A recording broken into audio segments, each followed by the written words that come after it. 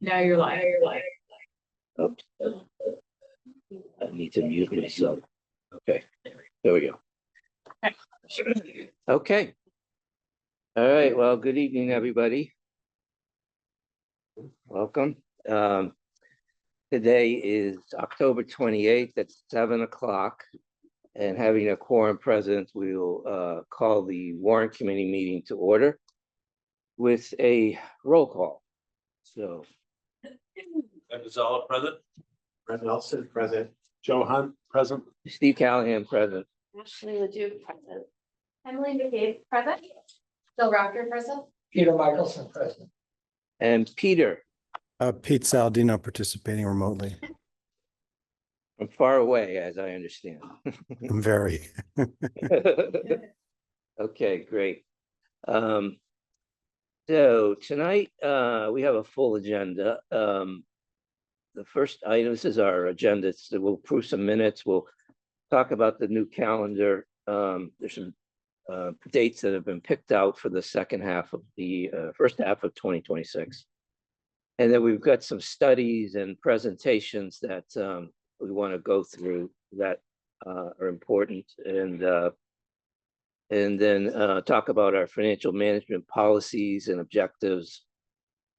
Peter Saladino requested that we do a quick review of that, refresh of that, and then talk about some very preliminary uses of free cash, and then our significant budget challenges for FY27 and also FY28, and then any feedback we have on the select board goals, and the usual there's a reserve fund transfer and some committee updates information. So that's our agenda. I guess we'll start with the minutes. Did everybody have a chance to look at those, and any comments or questions? No. Okay. If not, then I would entertain a motion to approve the September 9th minutes. Move to approve the September 9th minutes. Is there a second? Second. All right, let's do a roll call vote. Yes. Yeah. Yes. Yes. Yes. I didn't review them. I don't know that I got them. But anyway, I did say. Right. Okay, I did say against. you're abstaining. Yes. Yes. And Peter Saladino. Yes. Okay, so that's six approval for yes, 2 abstentions. No, seven approvals, 2 abstentions. Okay. All right. So the motion carries. Okay, for the calendar, this I've put in here some dates that basically alternate between select board meetings, every other Tuesday. The select board is meeting twice a month in the winter time. So these dates I have in here, January 13th. I've also stayed away from school vacation week, so there's nothing scheduled during school vacation week. January 13th, January 27th, February 10th, and then February 24th. There's 2 meetings in March 10th and March 24th. There will be a warrant committee hearing on March 31st, which is it meets the 30-day requirement for warrant committee hearings. And then I have a feeling this year we're going to need an extra meeting in April, so I put April 6th down there. And then town meeting is on May 5th. That April 6th date is a Monday. So and I'll I'll send out calendar invites for people that like to put stuff on their Google Calendar. I'll get these out next week or so. But every other meeting is on a Tuesday except for that one in April, because the select board is meeting April 7th. So any questions on that? Comments? Okay. Well, not related to your schedule, when will we know which budgets we should review? And when should we start talking to people about those? Yeah. Yeah, I will have that for our November meeting. Yeah. Yeah, and if you have an interest in a particular department or even a shared fixed cost that you might want to dive into, let me know. Now's the time to, if you've been doing a department for, a long time and you want to change it up and maybe let someone else, you take an independent review of that department, then let me know. All right.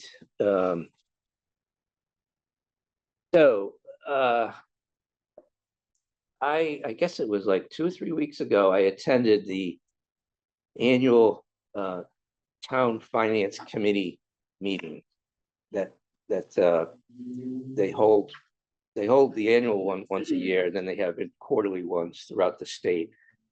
But it's basically finance committee members getting together, and MMA presented at that meeting.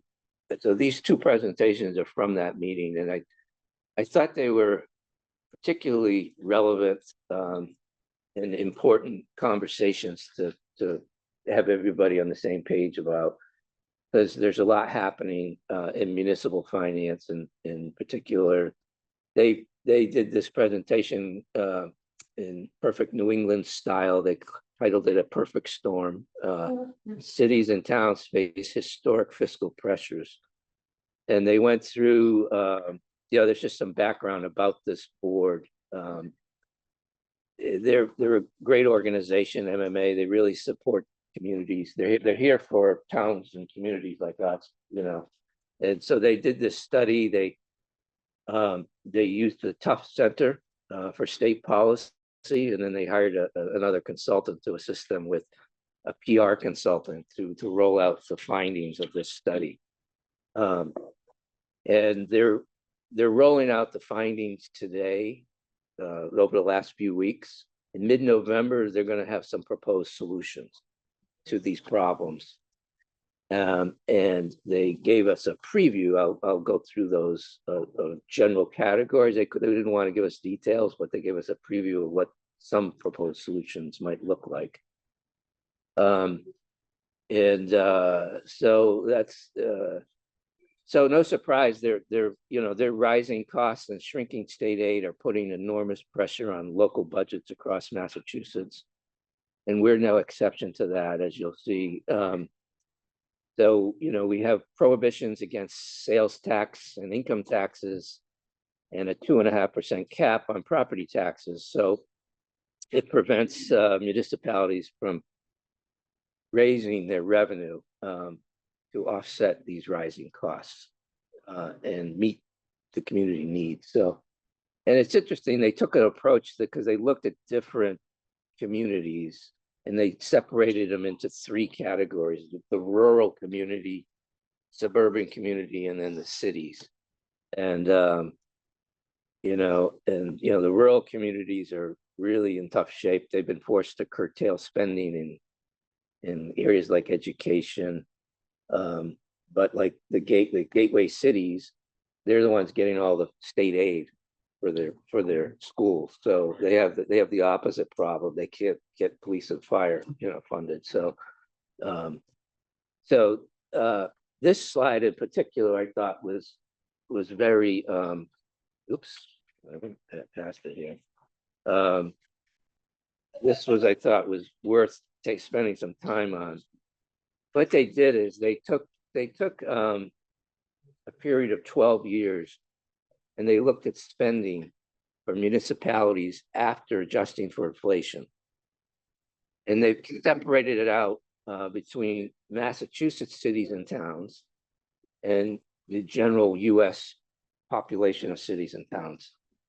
And Massachusetts cities and towns have controlled their spending very well. It's been increased 0.6%. compared to the US average of 1%. And then on the far right, you can see they put in the Massachusetts state budget. After adjusting for inflation, it's growing at 2.8%.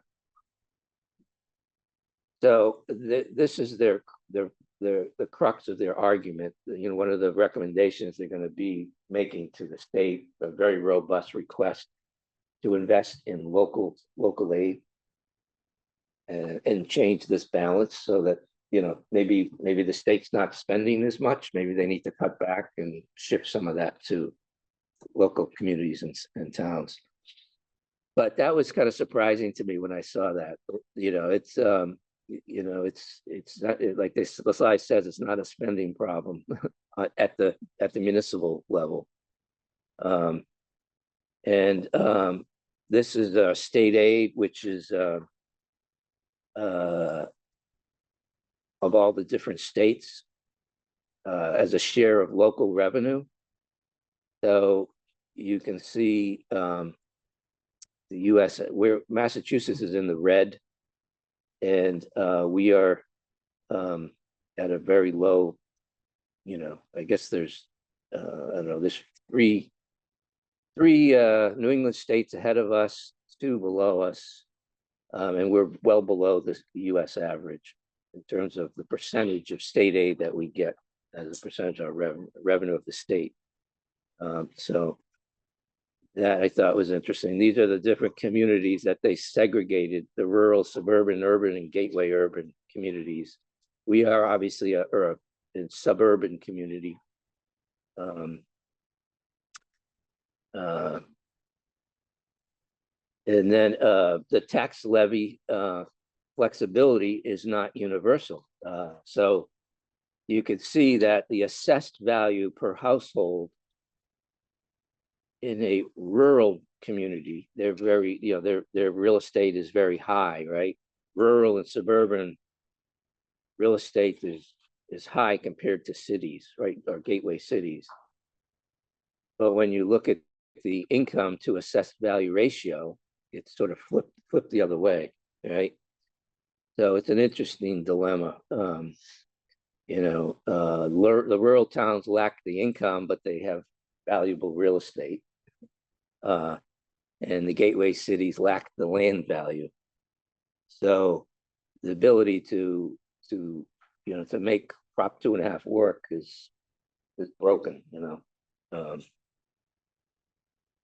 And then so you know, the conclusion was that state aid in Massachusetts is less generous than the US average. Flexible state aid has fallen for all cities and towns.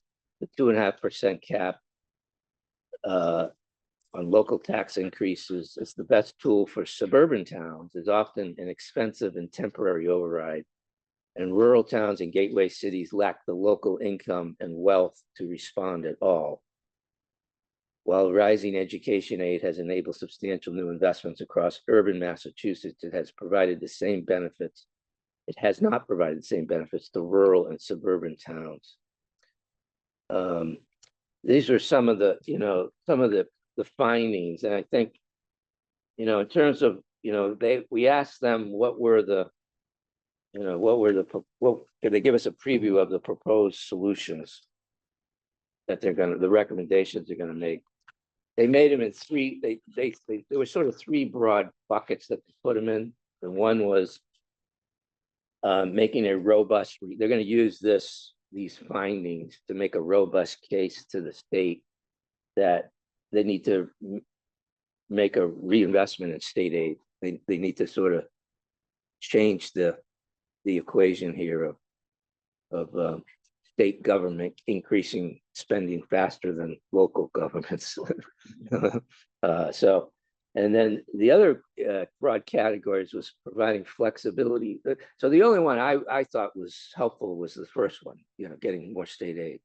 They had 2 others, which in my opinion are just another way of increasing taxes at local communities. But the second one was providing Prop 2.5 flexibility. And so that was just, they didn't say how, but I surmise that they probably will take health insurance and pension costs propose that they not be considered in the calculation of Prop 2.5 limits. But that just means they're gonna pass along all that cost, so that, yeah, it just passes it along to communities. It's and then the third one is allowing local communities to raise revenue in other ways through this Municipal Empowerment Act. So that's just another tax, so taxing things they don't tax now, giving them more flexibility. So the other one that really made sense to me was increasing state aid significantly. It was interesting. They talked about the state has $8.5 billion in this rainy day fund. And they have reserved the interest on that for a state matching federal matching program. So if you get federal grant money, they will match it, which probably sounded like a great idea when Biden was president, but I don't think we're getting too much federal money now. So I'm not sure what's going to happen with that interest that it's a $250 million a year, 3 years, so it's $750 million. So, what's happening at the federal level, Right. I doubt very much there's going to be a lot of, grants coming, but you never know. And then, So- I'd just be really shocked, the state. We're all facing, we municipalities, including Medfield, are facing significant pressures, but the federal government just passed this one big, better, beautiful bill. whatever thing. And it's gonna gut Medicaid. Mass health was already the biggest item in the state budget. Yeah, Before that, it's probably gonna go up as they try to make up for some of those costs. right. And so that's one budgetary monster coming down the road for the state. The MBTA just continues to soak up money because of all the infrastructure they've deferred maintenance, things they've deferred maintenance on. Yeah. Not that we in Medfield know anything about that.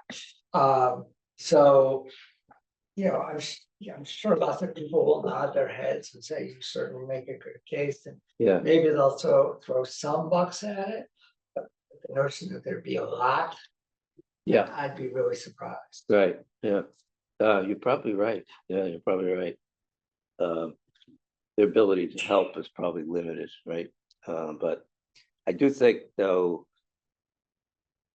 when you look at where they've spent some of their rainy day money and the growth of the state budget compared to everyone else, it's clearly out of balance. And so the hope is that this will put some pressure on them to sort of bring it back into balance. No, it's a worthy goal on that. Yeah. We should get our hopes up. Yeah, right. No, I agree. I'm trying to, Okay. give some I'm not ideas. trying to be. Yeah, hey, Mean. yeah, no, it's not a good situation by any means, but. So, the other presentation, which we're gonna be talking a lot more about, probably every meeting until the town meeting, is health insurance.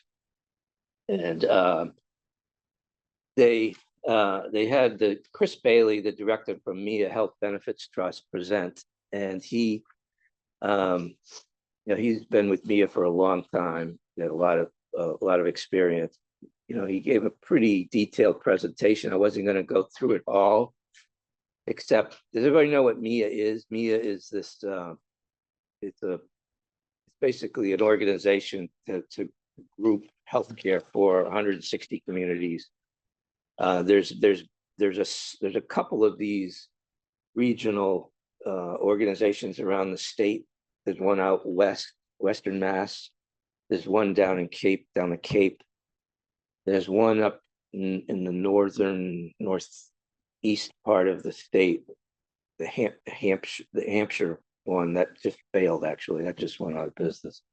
And then there's the GIC, which is a sort of the state connected plan. So, you know, this is a pretty good size one. It's got 160 members. You know, basically the message here, I'll try to sum it up for you, was that you have to get that the message was everyone's going to have to get very uncomfortable.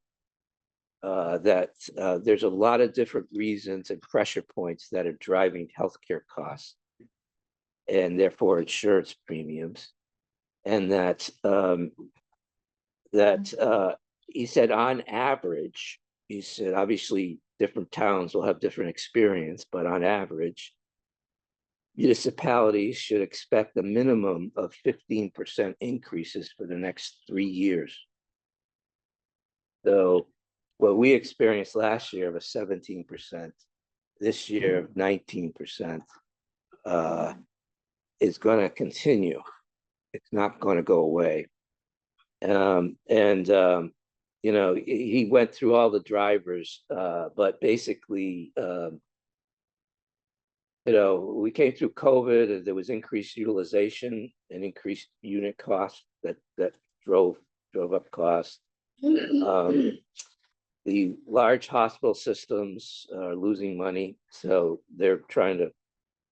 He gave one example, like during COVID, there was like 20% of nurses that just said, "I've had it." You know, they were working and they just said, "I had it," and so they dropped out of the workforce. But then they went and did private contracting. Travel nurses, you might have heard of them. They make $100,000 every quarter by traveling around the country, and that just drove up costs. Because now the hospital systems have to hire them at the higher rate. So that was one thing. Then prescription drugs is like a big.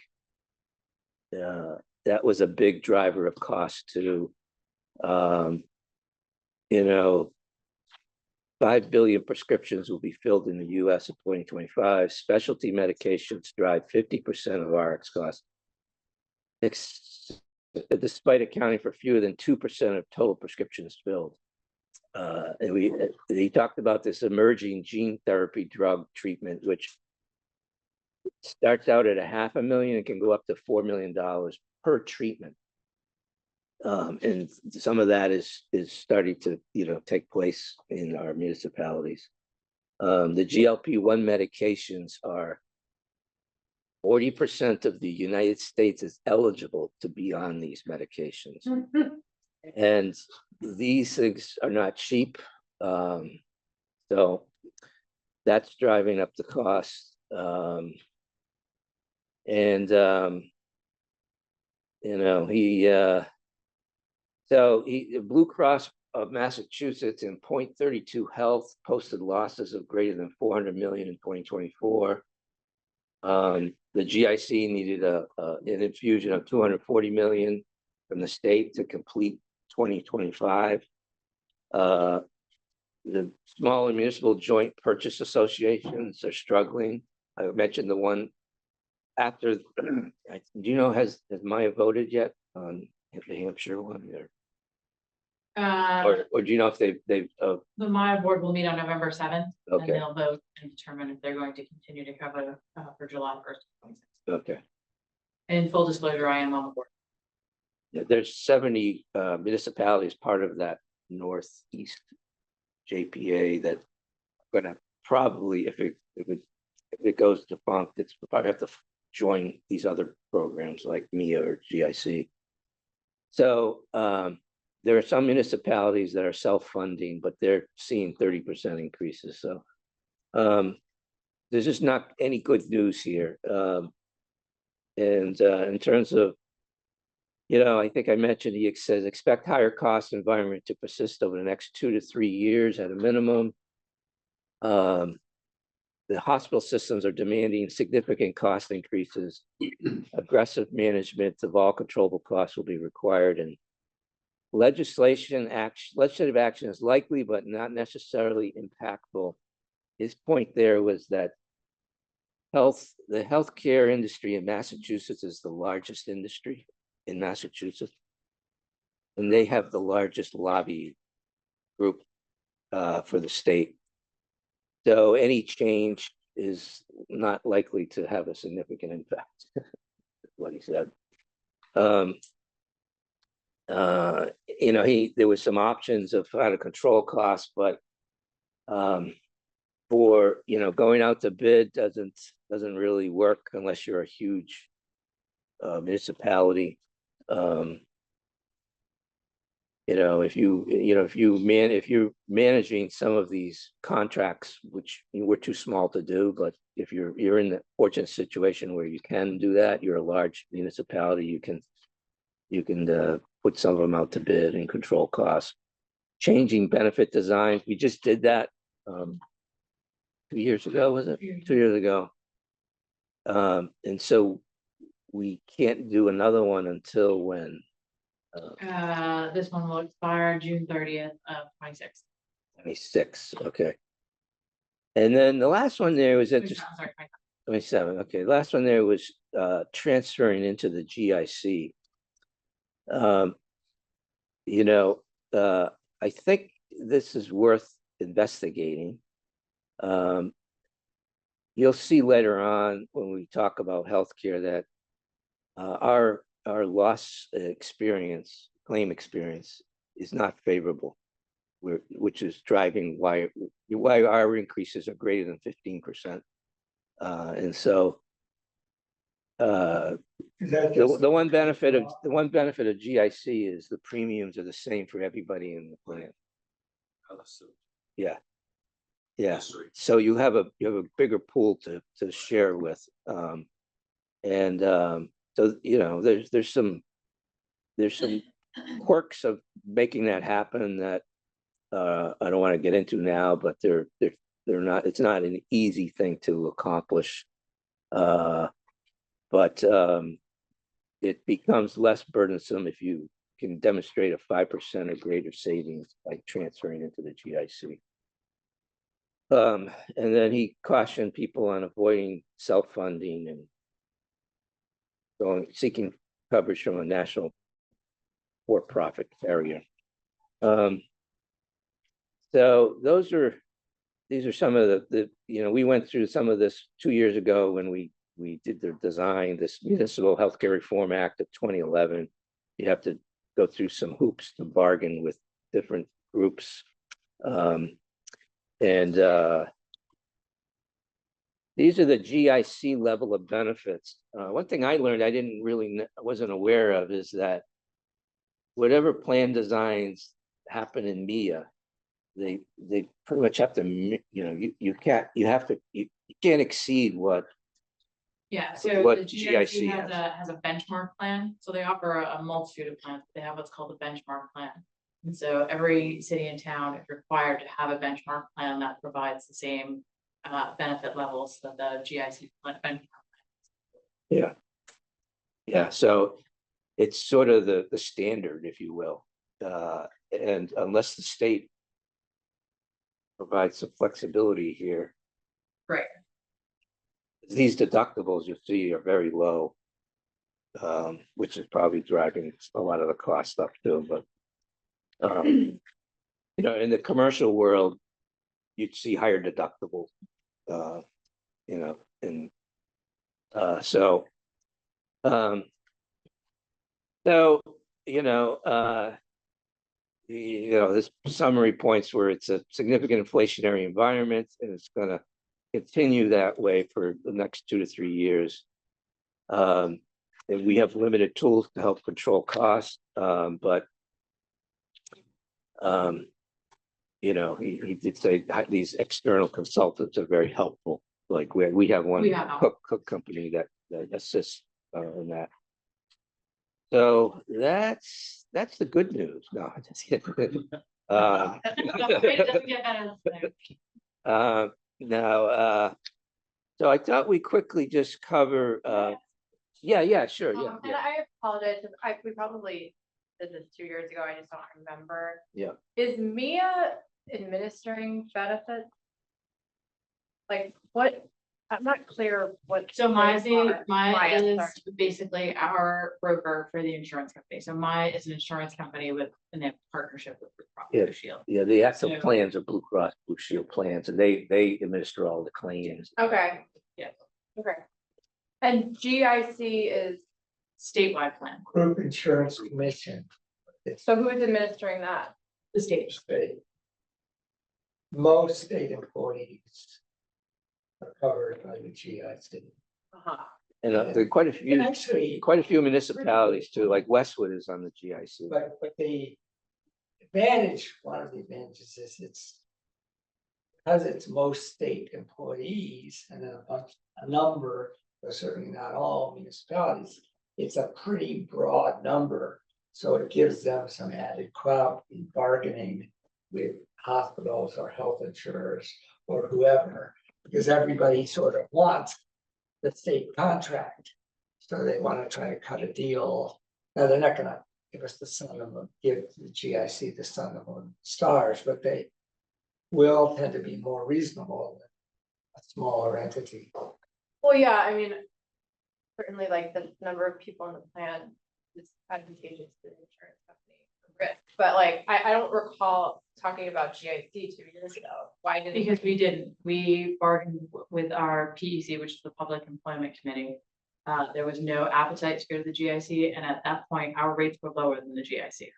So there was no cost savings for us to go to the GIC. Our benchmark plan was low. That's surprising. Okay, I believe you. If not, I can send you the data. Yeah, Yeah, no, our I rates think, were lower than those. yeah, I think last year they kind of evened out, but it'll be interesting to see this year what Yeah. happens, because I think that our, clearly the last 2 years, our loss experience, claim experience. Yeah. Like close to 100%. So we have some very large, We, you know, We have particularly some- for drugs. our prescription. drug It would coverage shock you the tripled. amounts. Is that, I'm totally like casting aspersions, is that just sort of bad luck, a number of people with severe illnesses who require lots of medication and that drove up our claims rate? You may not know. the Yeah, I answer, don't but know. So I think I'm not gonna put you on the spot. I think it's some of that. I think the other thing is, so there's basically there's risk pools, right? So when you're in Maya and you're in our risk pool, right, which is our employees, if you have a claim that's over 125,000, that gets pooled out to the entire group of Maya, which is 170 towns or whatever it is. So over 125,000, you're getting pooled out to that. If your claim goes to 250, and we do have 2 of those, then you go out to a stop loss insurance company. So they are mitigating the risk with the large ones. When you look at all of our large claims over 50,000, we are just at the 100,000 or 110,000 mark. So we're not big enough to get pulled out. And so we're holding on to all of There's quite a few in Yeah. that category of like prescription drug. A lot of it's GLP or mental health type stuff. it's so sad that we're talking about that, like, Yeah, for people that we're employing. Right? No, that's upsetting to me. You know? So that was a helpful explanation, thank you. yeah. I mean, I'll just say. They're like about real people, GLP yeah. drug. Guy happened to play tennis with, way thinner than I, trust me, Yeah, has been put on GLP drugs for, because he's got heart disease. He had a Yeah. heart attack a couple years ago.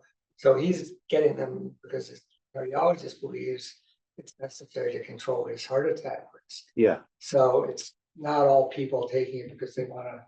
Lose look weight. better. Yes. No, absolutely. There's people that are diabetic that need to lose weight. There's people with heart. I mean, there's all sorts of really different reasons of why you'd be on that drug. But so I'm on track. You know, my PCP put me on it here after about 5 years of trying to lose weight and making zero progress, but I've been on it now. I'm down 65 pounds. And I have dropped out of the obese pre-diabetic range to now just simply being an overweight guy.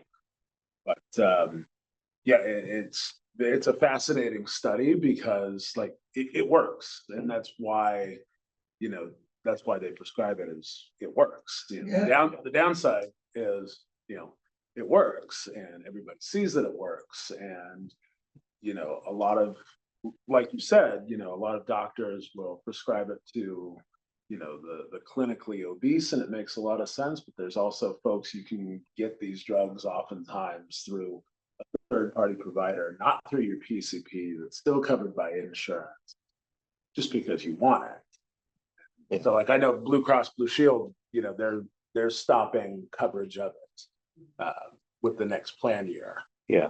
So, instead of it being a $25 a month copay, which it currently is, it would be $650 or whatever a month if you just want to cash pay it. Yeah. Well, thanks for sharing that. No, Uh, They're gonna stop. Yeah. Wow. Cold turkey, Cold they're gonna, turkey. Yeah, The people that can't- yeah, because yeah, I mean, it's, there's no good answer here. Oh, really? No, it's no good answer. Yeah, as you said, Chuck, the bad news is it works. it works. Yeah. I mean, it's It's a lot less amazing. use. Blue Cross Blue Shield stops covering it, you'll see the usage go way down. Exactly. I've already been Yeah. talking to my PCP about that, and he's like, well, you could, cash pay, we might be able to move you into something else, and, folks talk about it, and he's like, I was like, well, why'd you put me on this one and not the others? And he goes, this one works the best. The rest of them, cost about half as much, and they work about 10% as much, so you do the math. Right. Yeah. So can we switch over? Is it an annual thing where we evaluate? So, okay, well, here's, I don't want to get too far into the weeds on Yeah. the solutions for our personal healthcare issues in this meeting. We'll have plenty of time to dive into that. We'll fix it by the time. But I do think, Yeah, I do think that, one of our agenda items is giving feedback on the select board goals. I don't know what other people think, but help between healthcare and pension, those two amounts in our budget for the first time exceed our state aid amount. Think about that. Last year, they were equal. This, in 2027, they exceed it.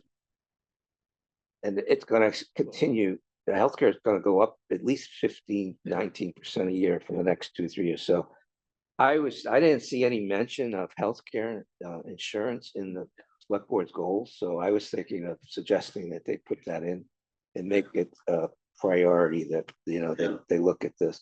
They did the math.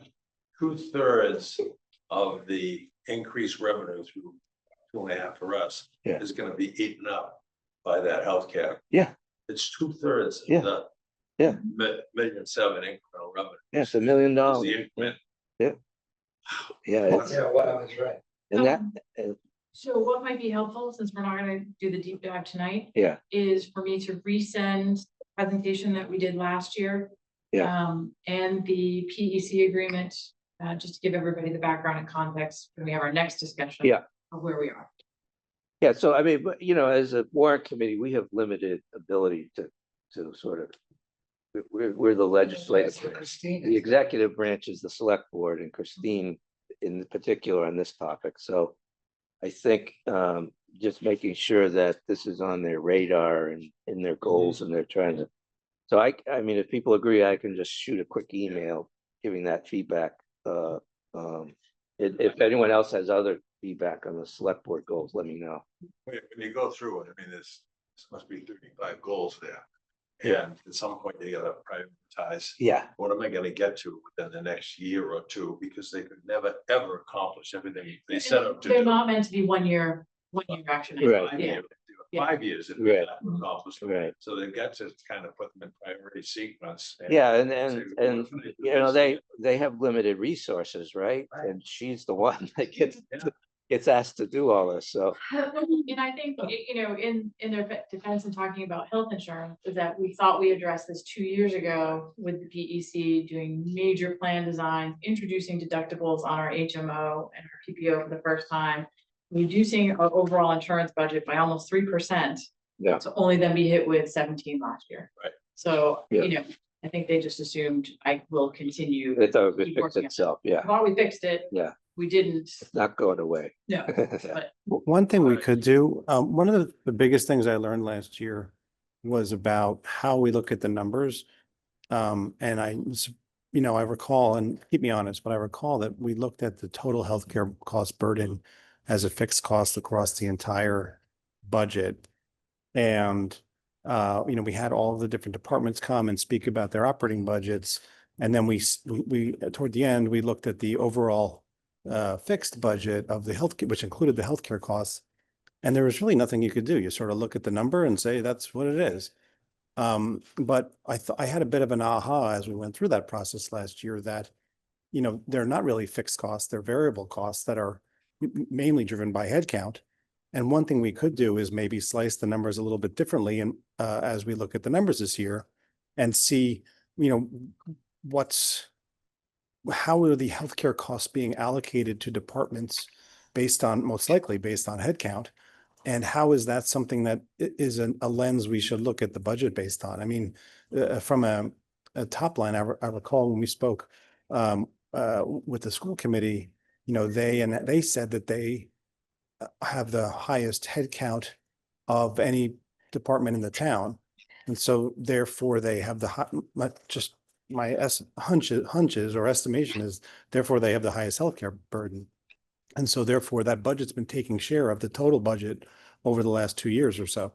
And so I think what we could do is not without making policy, we might be able to slice the numbers a different way. And I noticed for next week's meeting or next month's meeting, the title says review fixed costs and forecast. So maybe, we're already sort of set up to be reviewing fixed costs again in that way. And if there's a chance that we could maybe look at it as sort of the way we've been doing it, so there's a comparison, but perhaps there's a lens, a slide or a slice that looks at it a slightly different way, we might have an aha based on allocating costs, a bit of a cost accounting exercise. Yeah, I mean, that topic's come up periodically ever since I've been on the Warrant Committee. And it just, healthcare is one of those costs that doesn't matter. It doesn't differentiate between what department you're in. It's the same cost, right? It's driven by number of employees. So doing the allocations, all it's going to do is create extra time for our town accountant and the staff there. And, it's just going to allocate that cost down to departments. Just so that we can say we did it, and it doesn't change the fact that it's going to go up 19%, or it's shared equally amongst employees. So. Well, and Peter, we've done the numbers, we've run them based on what the head count is for schools in town, and it is 75-25. So 75% of the people on our health insurance are school department employees, and 25% are town employees. Yeah. And that's probably the same for our retirees. Right. I guess that's one of the things we should talk about, is that we're not only talking about active employees on health insurance, we're also talking about retirees. Right. So we have 620 current employees on our health insurance plan. 303 of those are retirees. So we're starting to get more retirees than. Yeah. Allocating that doesn't help anybody. I'm just talking about the operating part of the because if you have a certain amount of dollars, you can spend it however, is the best way. But if you bring on headcount, you're effectively incurring a 20% annual cost increase in the future versus other things. That's somehow not reflected in the way we look at the numbers. Well, it's costs that's not allocated down to departments, but it's certainly well known that if you add an employee, there's all sorts of costs associated with healthcare, pension, insurance.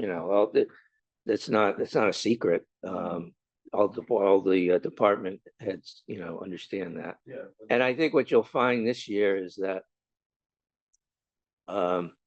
because of the way we're doing, and we'll get into this, but you'll find, well, I tell you what, can we save this topic until we get to the actual budget? Okay. So when we look at the forecast, because I think it'll become clearer to you what. I just want to. Did you say there are currently 630? I may have that number wrong. employees covered by health insurance? And of those 320 are retirees. We have 620 active insurance plans right now, 303 are retirees. Retirees, yeah. It's almost half. So, And they have a different. split. because the benefit that we promise employees is that benefit once. I just Yeah. surprised at the number. Yeah. We haven't got anything. The health Wow. care schedule from last year. You know, just to give you an idea, I did have, we're not gonna get into it tonight, but I looked at some of the detail behind the budget. And for a family plan, the total cost, remember it's split between the town picks up a piece and an employee pays a piece of. Yeah, for 6238. 6238. 62%. But the total cost is, for the family plan, the most popular one, is like $3,400 a month, which is over $40,000 a year for a family plan. Yeah, I think we're gonna back off that a little bit with the 15% increase versus the 20, but we're still Yeah. between the $34,000 and $40,000 Yeah, I mean, per year. it's 3,400 the town share. municipal health insurance is expensive. Yeah. The corporate world, that you'd be like 27, 28 for a family plan, all in. Say we're going through that at the firm right now. We're Yeah. sitting like Yeah. 27.5. So. Yeah. Yeah, So we also offer, this past year, even though, and I don't want to go too deep into it because we can do this later, but even though we had the MOU with the PEC, we were able to introduce 2 new, even lower cost plans to the employees. So we weren't taking anything away, we were offering an additional cost, additional option to try and lower that 16.9% for people. So we've seen a little bit of a change with a few people taking that, but it's a very limited network plan. yeah, But we are trying to offer different things. all right. So in the interest of time, let's move on to financial policies here. And Peter, I know you had an interest in this, so. Hey, we can do this really quickly. Just, I thought it'd be helpful to put it up on the page. There's some new people on the team. It'd probably be just useful to run through it really quickly or in their own time. Yeah, no, so we have here, this is our scorecard. And obviously backing this up is like a 26-page policy document, right? That most people signed. I know, Joe, you've read it probably, but I think everyone else signed it. So we have a policy around reserve funds for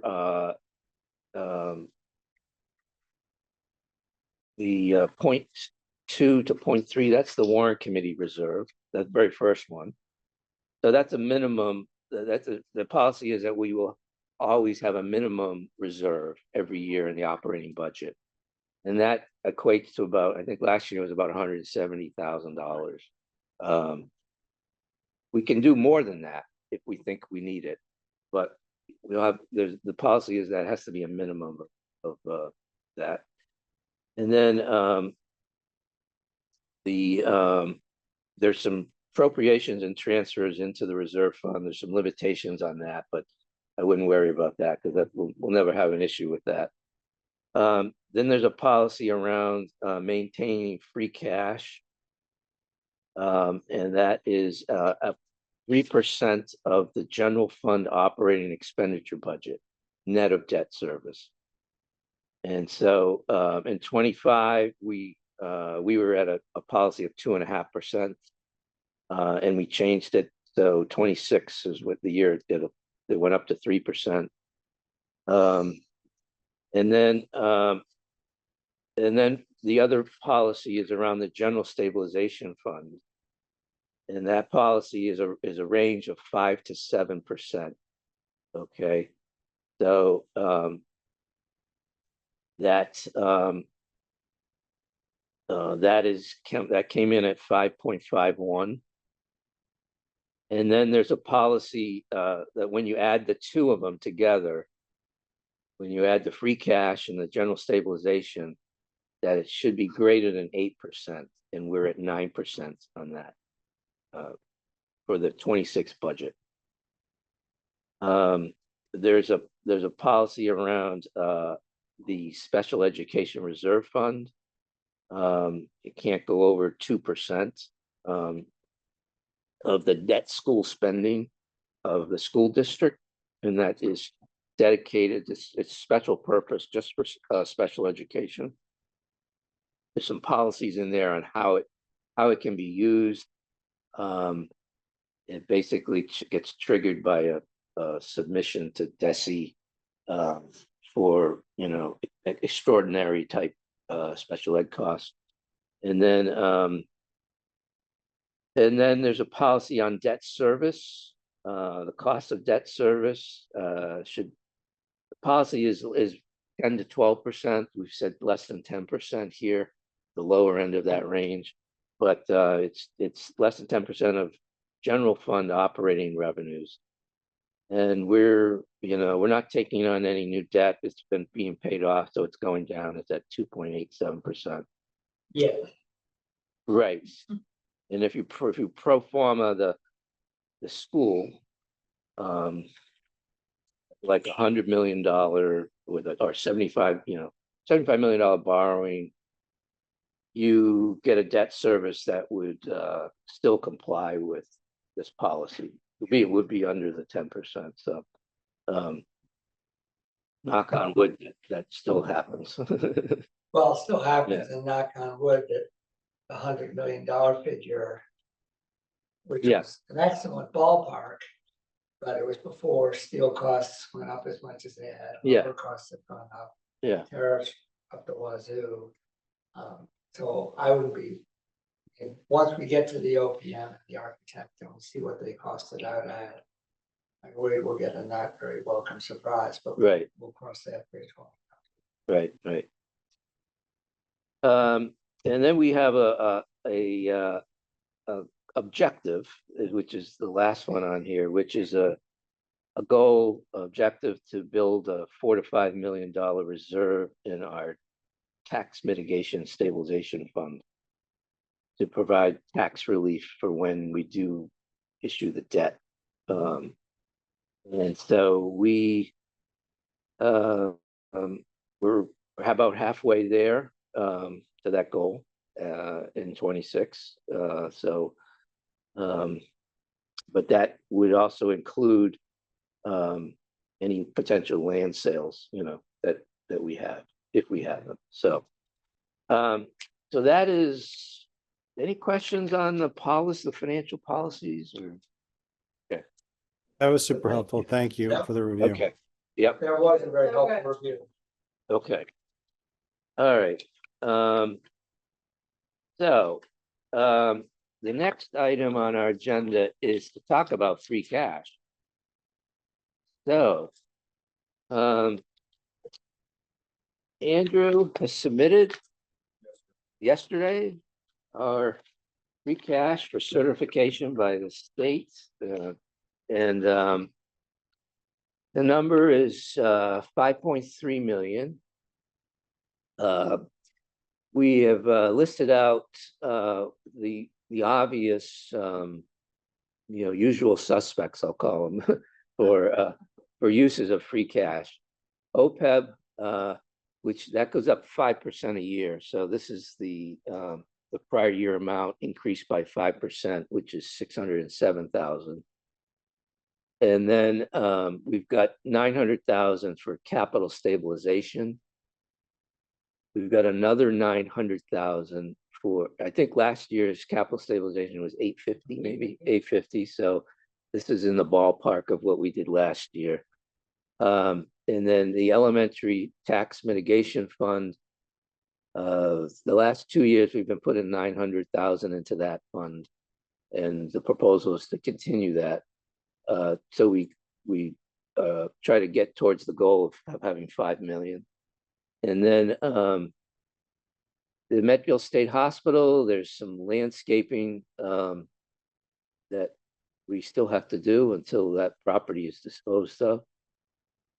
And then the select board wants to do an engineering study on the state hospital sledding, use of that sledding hill, the 12 acres up there. They want to identify where those 12 acres would be. And so that 50,000 is for that. And then there's some small amounts. There's the economic vitality article, which they have every year, and then the conservation land trust. The two items that are highlighted in yellow, we haven't put an amount in for those.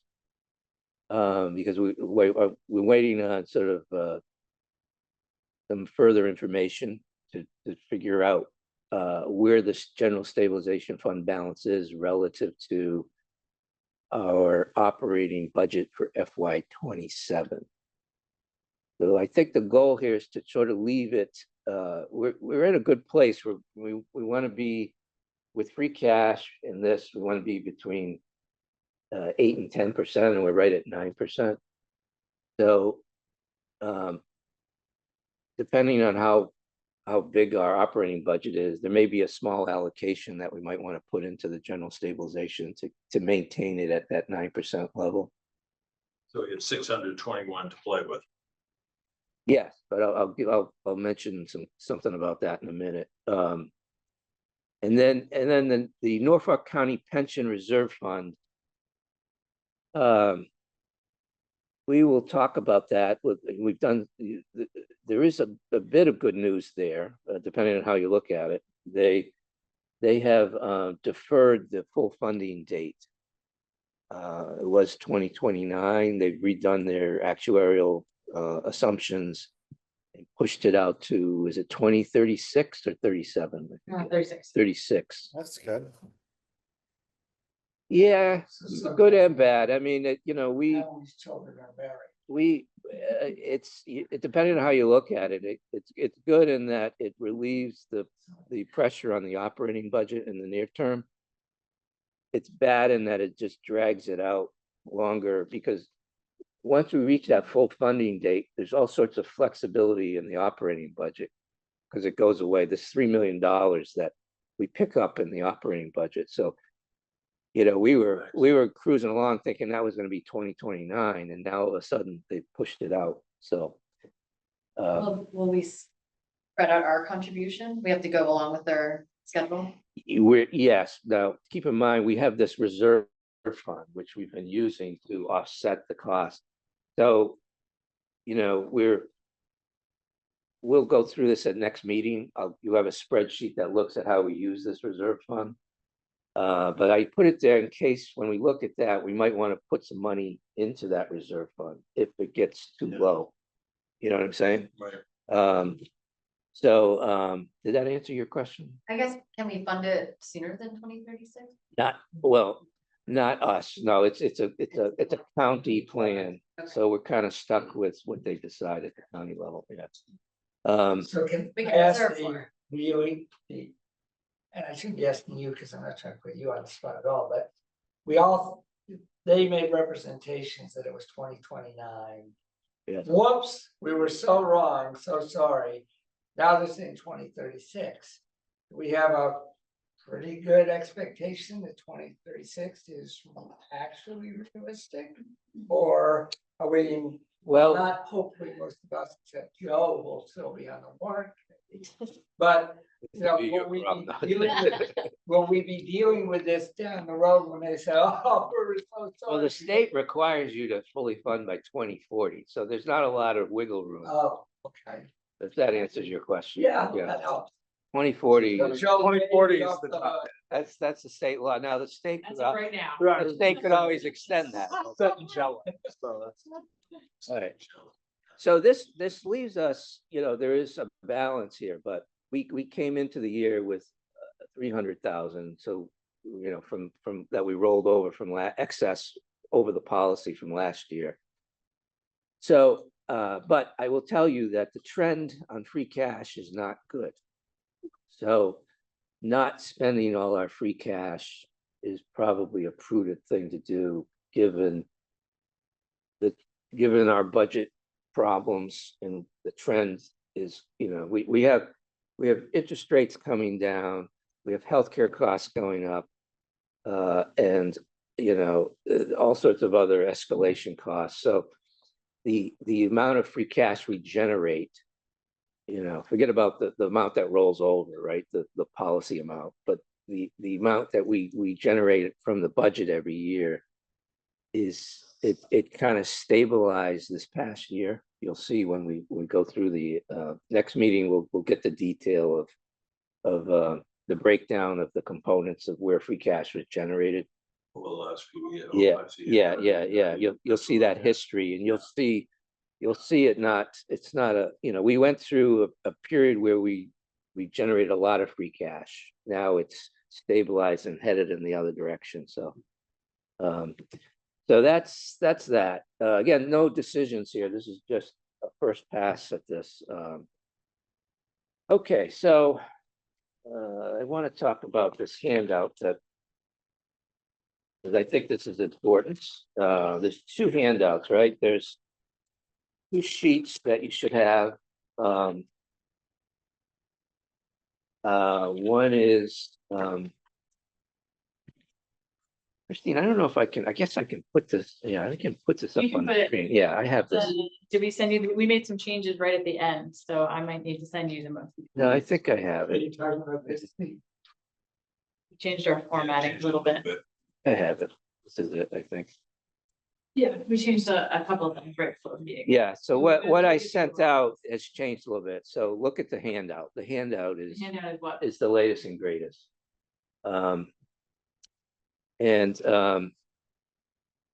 So we all know how property tax levy works, right? We've been through that before. You take the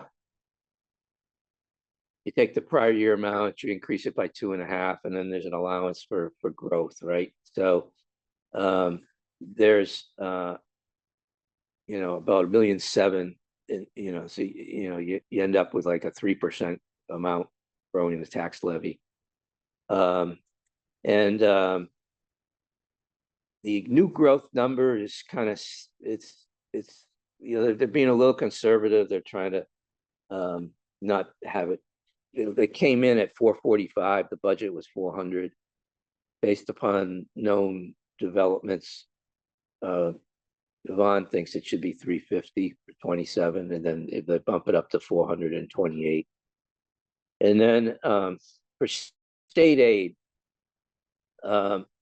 we've got a forecast of 27 of 9.4 million.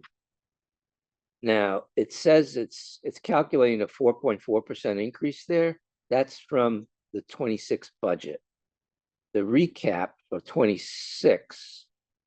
Remember, we always budget the governor's budget, and then at the end of the fiscal year, we usually get more, and we got more. So we start with that 9.2. That's what the recap is. So it's a 2.5% increase off of the 26 recap, which gets you to the 9.4. Even though it's a 4% increase from the 26 budget, but we're using the higher recap number. And then it's the same 2.5% increase, I guess, for 28. Yeah. Local receipts are okay. Let me make a statement here. So this is the budget. You have two budgets, okay? This is the budget that assumes the Medfield State Hospital does not move forward.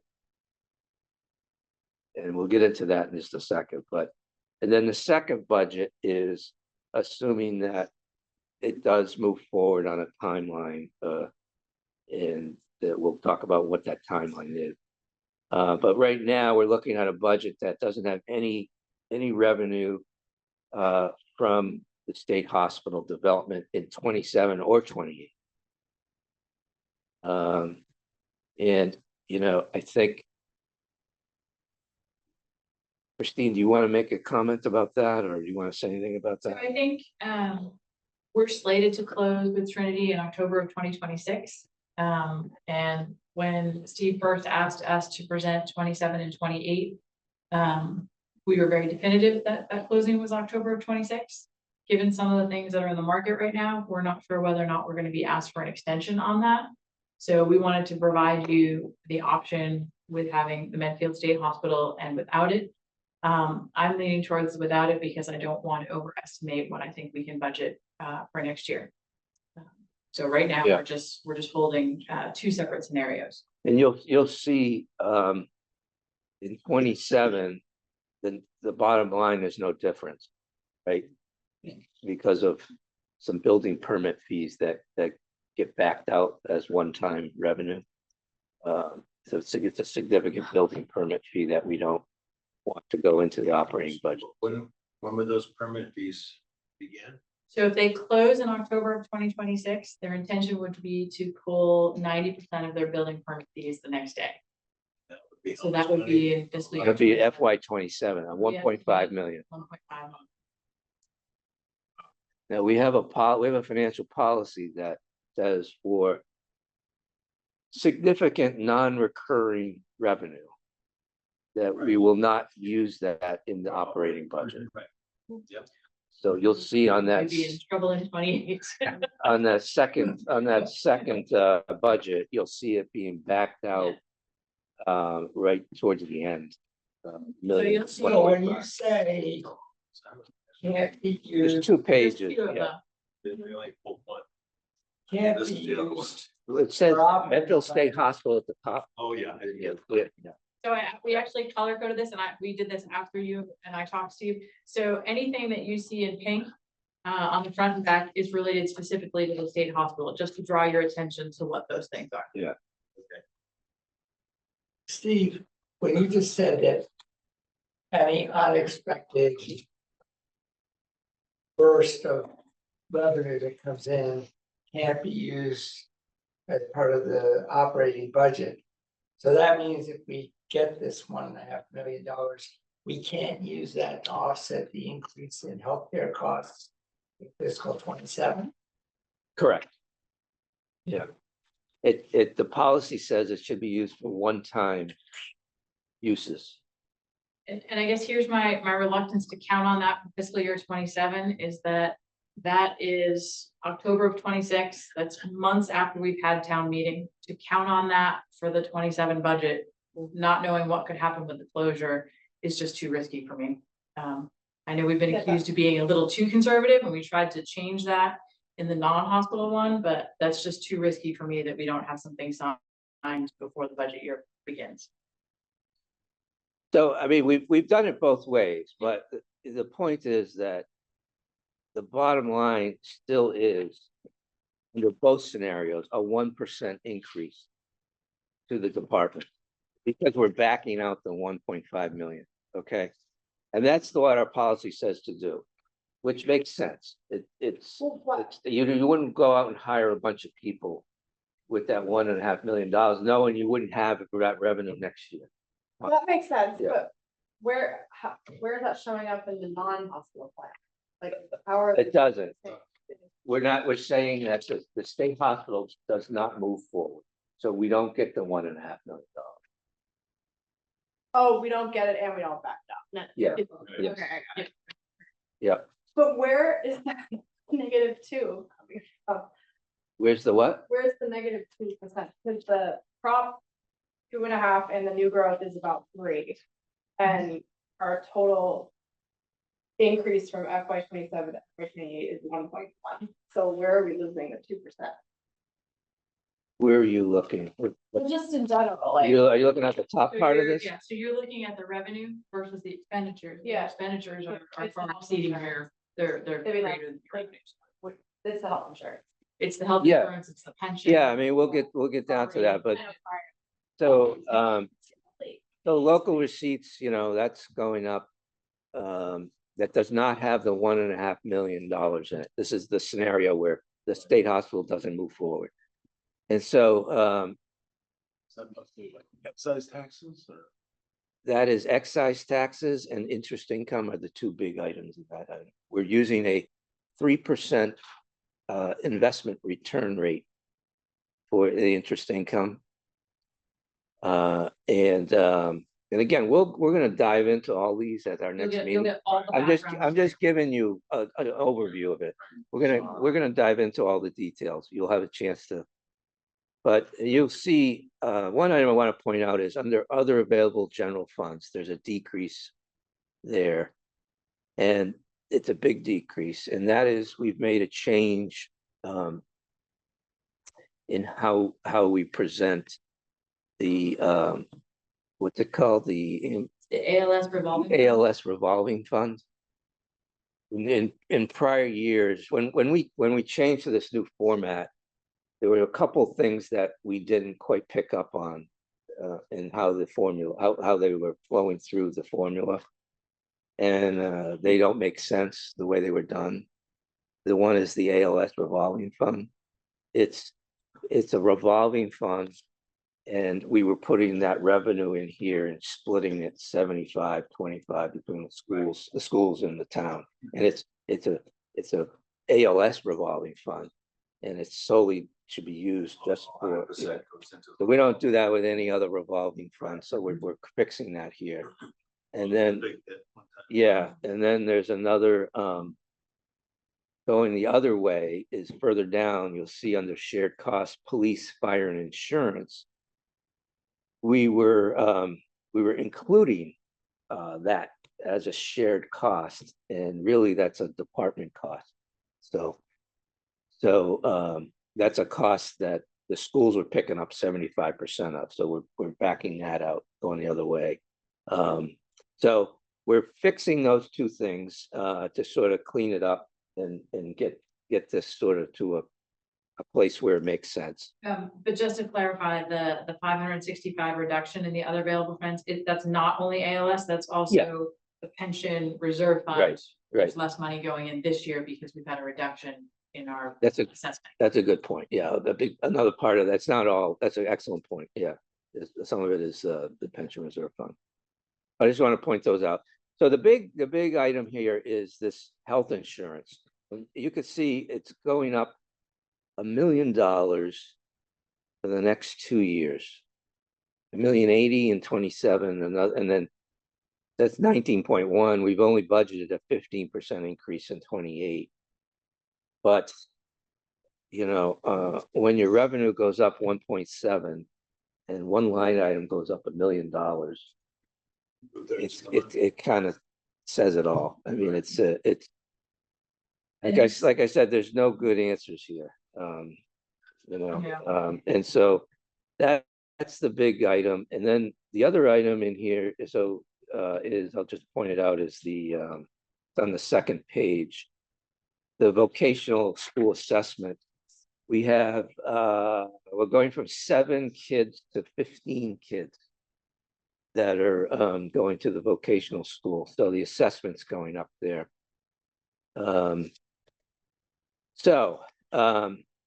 That's how you end up with 1%. Okay. Going to now, obviously, this is what I want to talk about, because you know, that type of level of increase for departments is in the realm of where it's just not workable, right? It's not workable, given everything we know, right? We know there's collective bargaining agreements. Some are getting renegotiated. Others have already been negotiated at a minimum of 2%. There's energy cost increases. There's all sorts of things. That health insurance obviously is a big one, but so this is at a level where it's just not, the departments are going to have a hard time, you know, without affecting services, right? And so one of the things that I think we should do, we have you know, all we can do is present the facts and just say, this is what it is. This is the situation.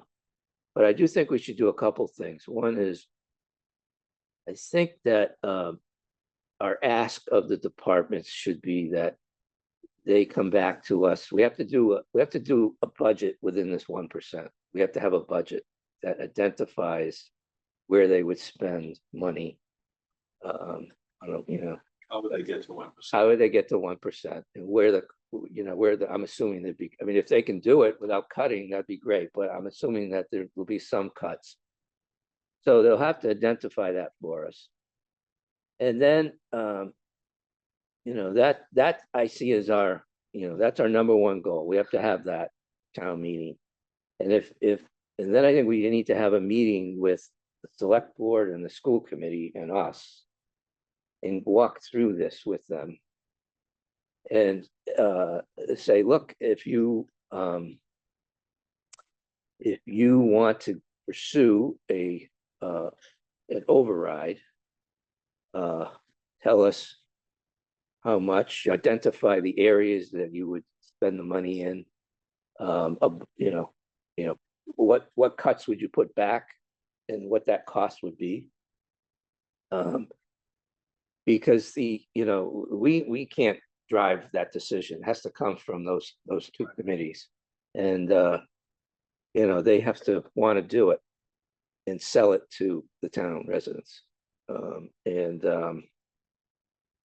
mean, I don't know of any other way to approach it. I think having a joint meeting will help start that. The nice thing about this process is it identifies this issue in October instead of March.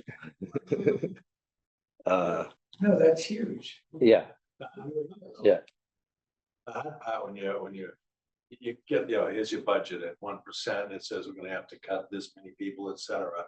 But then when you come back with, I want to sit on my override, it's not necessarily just adding back those people that you were gonna cut under the 1%, but more, because an override has to last more than the next year. right, So it's Right. the regular budget plus some. right. That's why I wanted to look at 2 years. That's why I want to look at 2 years at, because I think it's important that it's a sustainable override. So I agree. I agree with that. It has to be, Of course, if that's what people want to do. Right. I'm under no delusion that it's going to be easy to pass an override in this town. It's going to be hard. It's going to be very hard. It will be very hard, but I think you'll see this, how much would have to be cut. Yeah. It would scare the hell out of people. yeah, I I agree with think, that. I really do. I think 1%, I mean, we need, Well, typically it's 3.5%. last year What was the last couple of years, we've been around 3.5%. 3.5%, right?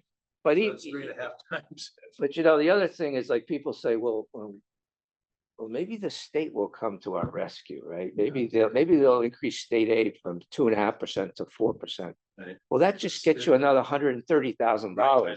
Yeah, right. We've got $1 million problem. Yeah. And so it's in the realm of, almost impossible to put a budget together without some cuts. But they could try. I mean, yeah. So I see you doing my job tonight is just throw buckets of water on everything, but the only other thing I'm sitting here thinking is, and I actually am sitting here thinking we should do an operational override. To me, that's the only sensible thing. But what I really am not thrilled about is that that'll be in May of 2026, sometime in early 27, billing. We'll be going to town meeting on Dale Street, Right. special town meeting. At which point you, Steve, will be proposing another override. No, I mean, it'll be 2 overrides in a row, Oh, yeah, and so yeah, people are gonna be. yeah. No, I get it. I get it. and you haven't talked about capital yet. Which I will mean, be another override. The new roofs and stuff like that. Right, but that'll probably be. You wish you could get teed up, something would get teed up for next May. I don't know whether that's doable or not. But it would, if at all possible.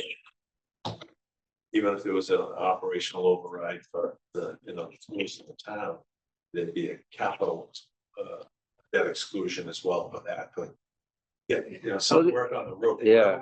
Whatever we prioritize. But you can see those 3 things coming down the pike Yeah. within 2 years. Yes. Yeah. So I think when we meet with, I know I was harping on this a lot last time, but when we do this joint meeting, I think the things we should tackle are all those things. And how we're gonna do community outreach to get this more public, because it is, and I'd like to understand, like, I'm not clear on how, because I've not seen an override done since I've lived here. Like- That hasn't happened for 8 years. I know, and I noticed at the school committee meeting that Dr. Marsden pointed out that we had many in time periods before my time. But also, I guess what I'm getting at is that I watched that, we didn't talk about that, select board meeting from July that you had sent us. We haven't Yeah. recapped on that, Yeah. and that guy who's the chair of the permanent planning and building committee talking, and like, so. Sorry, I'm not being concise, it's a long day, but I think that what I'm getting at is like, we're talking about this operating budget problem. Yeah. We're talking about this capital problem, Right, and we're talking about the Dale Street problem, and I don't Right. think we can leave any of those behind. And I don't right. understand how that will play out, so I think talking about it openly would be wise. I agree. I mean, if you go back to the letter we put in the warrant report, I know, yeah. all three of those things are in that letter. And, you know, when you talk about what are the priorities for the strategic plan, and you had the two, the pencil and I think Emily's right, it would be, I think they should have high on their list, some type of communication of what needs to be done from a capital perspective over the next X number of years. That has to get out there. I would think that's very important for them to start working on. I Okay, think they make a really good point there. okay. Are there anything we can do with the current I mean, this is probably a no, but is there anything we could do with the current fiscal year to slow down some spending that's already baked in the plan so that, you know, it's not as harsh in next year? So maybe present like a FY 26 second half plus 27 plan that maybe is not as vicious. Yeah, but whatever savings are in the 26 budget, whatever amounts we don't spend, they just flow to free cash. So. I mean, like operationally, could we sort of recommend unspent things that are in the budget for this 26 in the second half, but not yet executed? That if we sort of didn't do them, we could roll it and have it not be as harsh of a 27. You see my point? Well, I hear what you're saying, Pete, but I'm thinking of the schools, because I know that the best. You've got 82% in payroll. So unless you're gonna not hire and they're all on board now. Yeah, And on the remaining 18%, I'll bet you 15% of it is fixed. Between, you know, copier leases and contracts and supplies, et cetera. There's probably only about 2 to 3% variable expense. And whatever that is for the balance of the year. So a lot of that's been spent already. So, and I hear what you're saying, and it's a noble thought, but I don't think there's much money in it. I don't think so either. I'm just saying, yeah. you know, I if you think, got to cut, you might have a less deeper cut if you slow down now. Right. I think that's something to consider as we go through the 27 budget and we look at actual, I think they typically put together schedules for departments that show us spending. Right. Partway Exactly. through the year. So I think as we look at departments in the 27 budget, if we see something, maybe we can ask a question and investigate it. So. All right.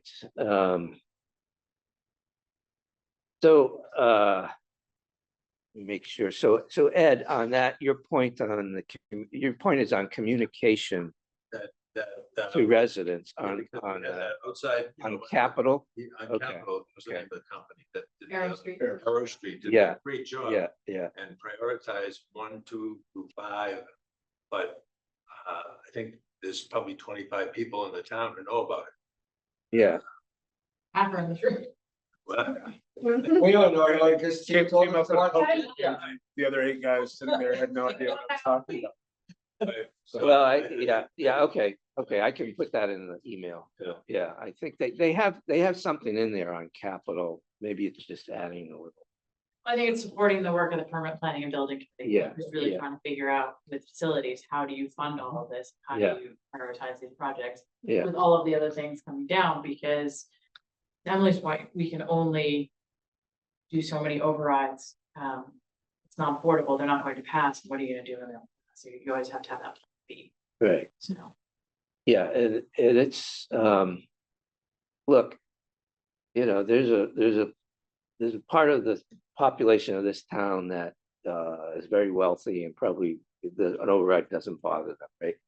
But there's another part of the population that, you know, their heating bills are going up very high and, you know, all other costs are escalating. When you talk about combining a normal increase under Prop 2.5 with an override, and then a school building override, you know, you could get close to a couple $1,000s, you know, a year extra. So there's a lot to deal with, and I'm not sure.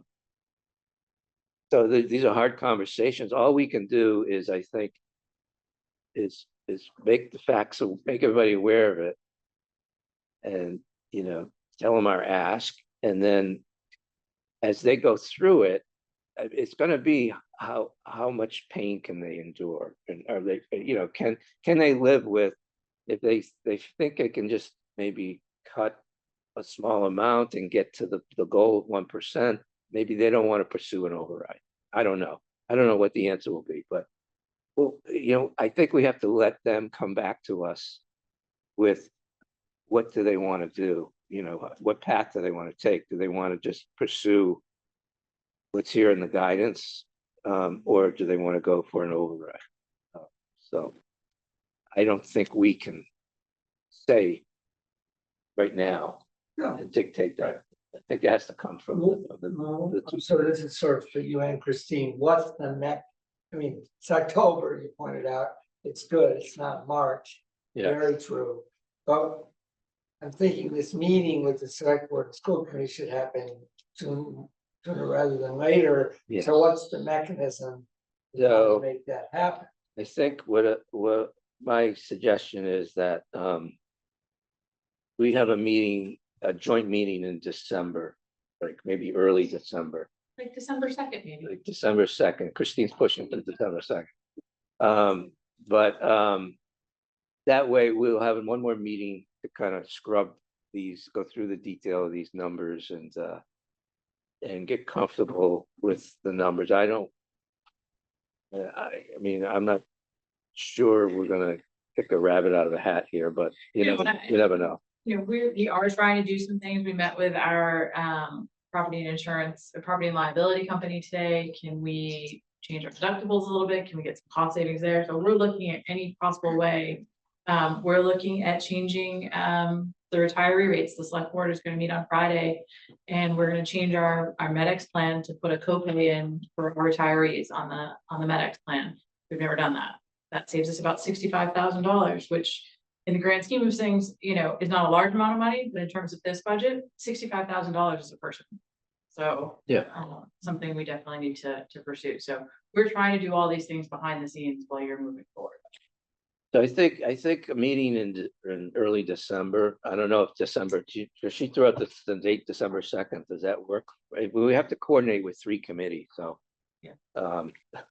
Do we want them to be coming with ideas, or is it just awareness? I think at this point, we'll obviously tee up the subject of the meeting, so they'll have the benefit of you know, this meeting and seeing what the purpose of the meeting is. So it would be nice if they came with, I don't think we're gonna get commitments. No, at that probably not meeting. till Like, January, right? yeah, let's go for an override. No, I mean, these are elected officials, so. Well, Well, to be honest. I just didn't know. I think the school committee will pick up the lance and go charging forward. Whether the select board does is a very open question. Okay, well, those are the politics that we want to start that conversation and get a sense. We're not gonna get an answer in December of the direction. I think they have to go back and study this in their departments, that identify what the gaps are to get to this 1% and how painful that is. And then make a decision on, do So they will wanna- we be sending? I'm not trying to check. will we, after this meeting, will we be sending something to? We got. What I'll do is, Budget officer here, will we be sending something to Michael Francesca and say, look, we need you to start preparing a budget, assuming a 1% increase. So I've already reviewed it with Jeff.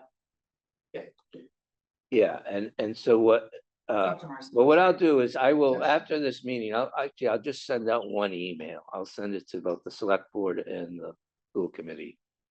And I'll include our suggestions for the townwide goals and then mention this meeting that And- you're gonna coordinate. I'm gonna Not volunteer coordinate, you. because I would like it to be December 2nd.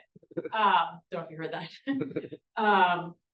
This was actually on the goals for the select board also, was to have this meeting at the beginning of the budget season. And the last 2 years have been a new budget process of setting out this revenue and expenditure and fixed costs. So I feel like we're now at the point where we can have that meeting and everybody's on the same page. So Yeah. hopefully, we might have just lost Peter. These kids go to work. He had to leave at 8:30. Oh, there you go. So he's going to work. But yeah, so I think even when we met with the school committee for their workshop in June, you know, the topic of a joint meeting came up then. Yeah. Yeah. So it shouldn't be a foreign concept to either committee. So it's a question, the dilemma will be coordinating schedules, and Christine's gonna be taking care of that, so. On December. I will not be here for that, sorry. I'm just one. Don't worry about this. I mean, are there any other ideas of how to approach this? I mean, is it? I have a question. Yeah, I have This may be more on the capital side. Has there been any trend with towns kind of disposing of their capital and putting that more in expense from lease? So the capital is not in this forecast, the capital is outside in the capital stabilization fund and the municipal building stabilization fund. So Right, but just to help with the debt, I just didn't know if there's potential, like strategically placed buildings owned by the town, sell them, lease back, whatever is there, and then, No, that's not usually, relieve it's not. yeah. Just, it's such a huge backlog. Like, some of these buildings are falling down before we get to them. It's like, Selling real Get out estate, from under that. selling municipal real estate requires a town vote. Yeah, Yeah. it's not an easy process. no, I just, And there's rules on how you use those proceeds. You can't just put it in the operating budget. You have to use it for capital.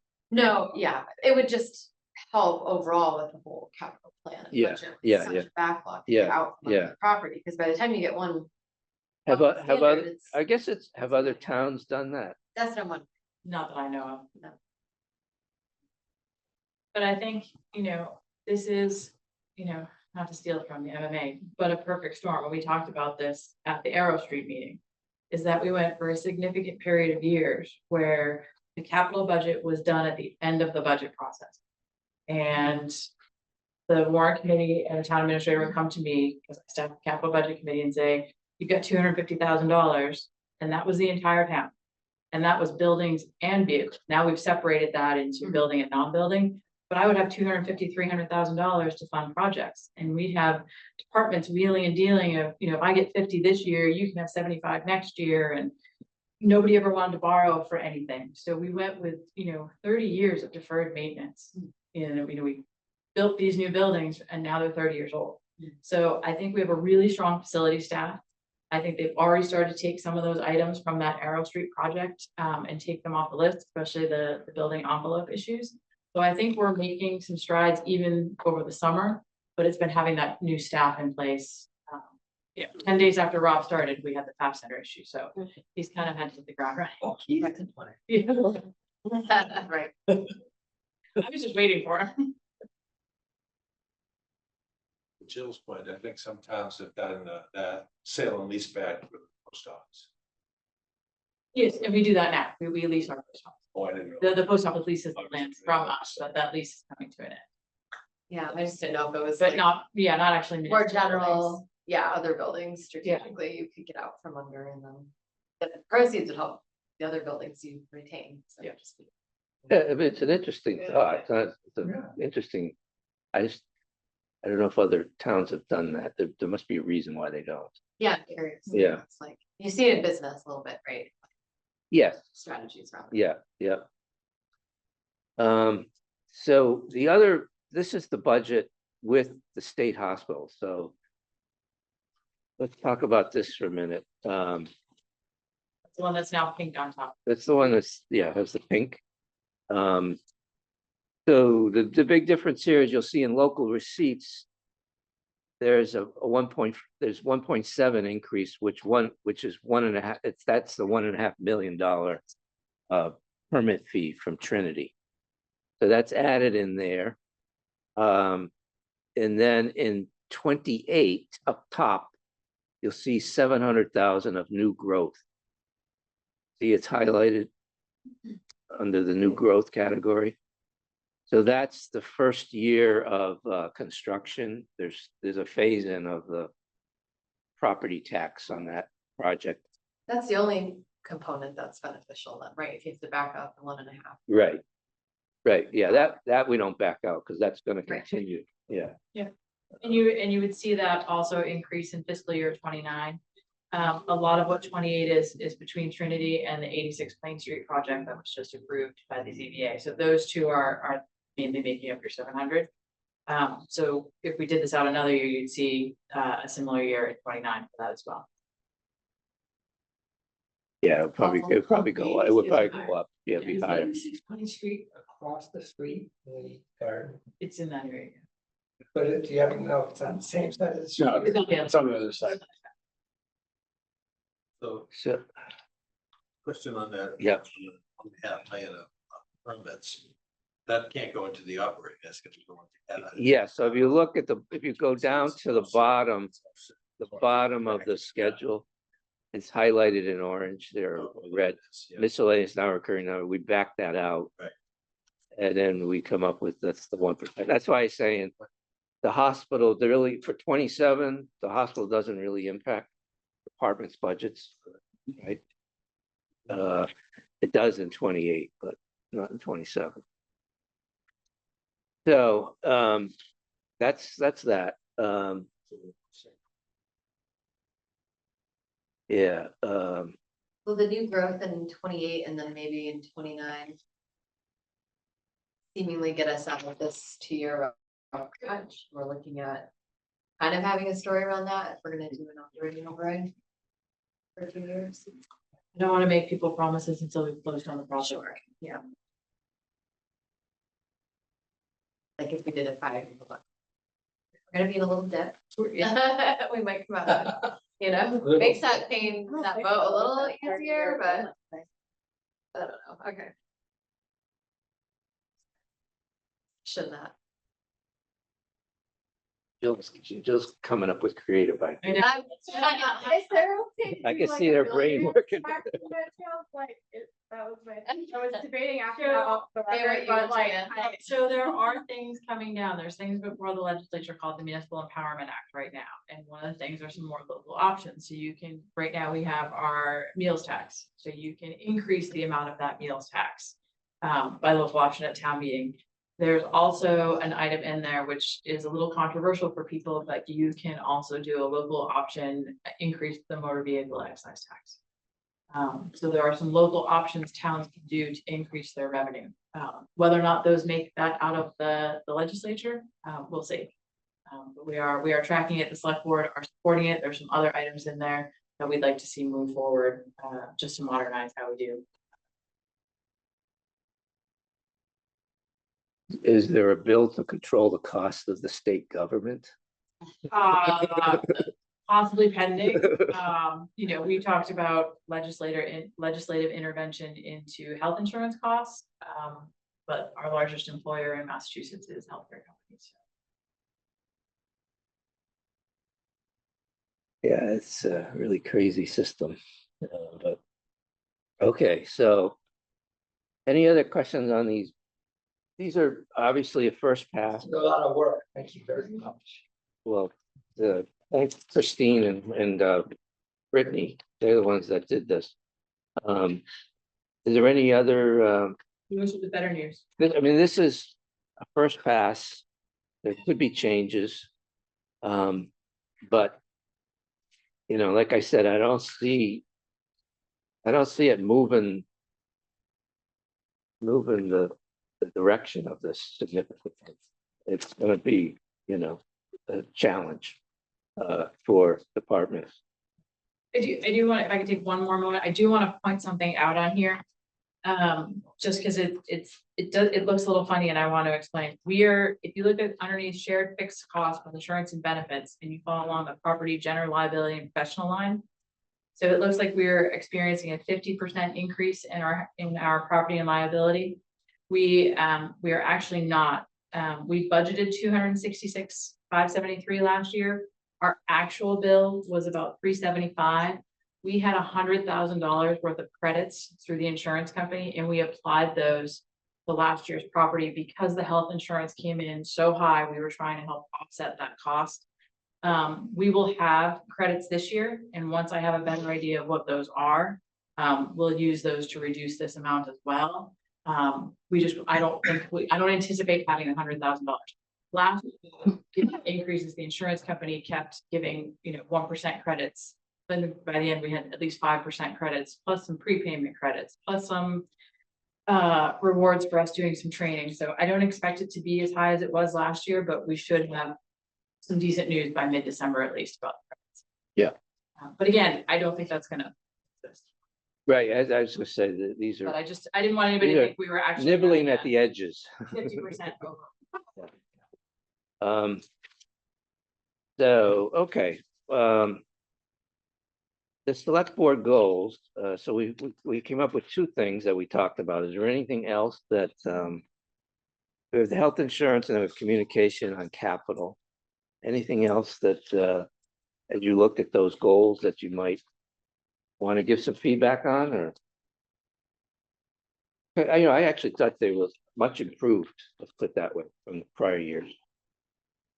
Good job, Christine. Thank you. It's all something. Well, we know, Your goal. we know who organized it, so it was much more logical and easier to read, so kudos. That you can thank Brittany for. Yeah. Well. Anything else on these? Okay. The Finance Committee Handbook. What can I say about this? This is like it's a 270-page document. It's huge. If you would like a printed copy of this, Brittany will be happy to make that happen for you. I'd like Emily to read it, summarize it. But it is an excellent handbook. There's things in there that I learned that, they have an IT section in there on sort of best practices. I'm on page 85 right now. What'd you think? So far, so good. So far, so good. Oh, wow. I mean, there are department types, chapters that you might want to just check if you're, if it covers, like education has a chapter. Yeah. But there's an IT one that I thought was interesting. That was new. So anyway, I've just mentioned it. It's there. It's a very good document. Committee updates. We're getting towards the end here. So school building committee, not a lot of updates at this point, except we were, based on something Jeff Marcy said to us maybe 2 meetings ago, we were nervous that we weren't going to, that our module 1 presentation was not going to be considered till February of 2026, last date by which they could review it under their own guidelines. They've now told Jeff that will be considered in December. So we'll pick up a couple months there. So our hope is that we'll move fairly soon after that to hire an OPM or project manager, and somewhere down the line from that, get an architect too. But so we're, God willing, there'll be more to report early in 2026 than I have right now. The last quote meeting, close quote, we had a group of people on the SBC went to the new elementary school in Westwood I was not able to go. Everybody who went came back sort of drooling, like wishing we could have a school that nice. Apparently a beautiful, beautiful facility. The first Wednesday in November, we're going to a brand or a quite new elementary school in Ashland. And I hope to be able to go to that one. Conflict that day, so that's what we're doing, and then we're going to have a session. I'm not saying that to be flip at all, but sort of a what are the steps to hiring an OPM? What do we need to do getting started? That'll be very early December. Hmm. So we're marching on, but slowly constrained by the MSBA. Well, it'll move quickly once you get your OPM. No, I mean, yeah, I mean, I think it'll be Yeah. a very different process once we get the OPM. Yeah. The good news is that Tony Papantonis says that there's Tony Papantonis is a member of the school building committee and he's principal of Nauset Construction. And he says that there's a general slowdown in construction, so he expects a lot of people to express interest in the OPM position. There are a lot of people hoping for additional work, so Should help. hopefully that helps. Yes. Yeah, good. School build, I mean, capital budget. Thing, you guys are, We've been meeting every Moving Friday along. since the beginning of September. We've heard presentations from all the departments, the request. Make a vote, probably, I assume, on this Friday. Request. So this year, a work cut out for us. So the beginning balance, as far as we understand, for the capital stabilization fund is 1.27 million. Total request to draw from that fund is 1.305. So say no to a few people. From the last year's capital CIP, there were about, at least $200,000 of new requests for fiscal year 27 that are just IT of various forms and other software or hardware. And then some other items like vehicles that got moved forward in fiscal year 27 from previous year. So that part of the reason why what I think you might have assumed was maybe $1 million per request is now 1.3 million. So we will make some hard choices. The 31st, we asked each unit to rank. They had more than one request, and many did, to rank their requests high priority and low priority. So with that guidance, we will deliberate and make some decisions. I don't know where the committee is going to end up on that, how close to that 1.27 starting balance and then make transfers for free cash. I don't know how close to that number people will feel comfortable going. It could be that people will ask if one or more of the vehicle requests be either rejected or moved backwards in time to a later year if possible, to try to get that number maybe closer to $1 million, which has been sort of typical withdrawal from that fund each year. We'll see. But I think everybody's, even though the forecast for future fiscal year is to return to a smaller number of requests per year, a more standard number, I think people are aware that it's getting uncomfortably close as the price of the vehicles just keep going up and up. And so some dedicated funding mechanism for this might be useful in the future. Or some things we're drawing from this fund, we have to think carefully about, like supplemental funds for sidewalks, as an example. I'm just pulling that out there that UDW is the department. So I just talk to Mo about sidewalks all the time. But that's one example from others. yeah, So yeah, it's come from this fund the last few years that might be squeezed out. yeah. Anyway, but so we'll have our recommendations for what to fund, I would assume, in the morning 31st. And so the next time we meet, we can present all those things to you. I have a question for you. You mentioned technology and Yeah. software and hardware, I think you said. So So what's the policy? I thought the policy was that we weren't spending money out of the capital budget for software, that was a department expense.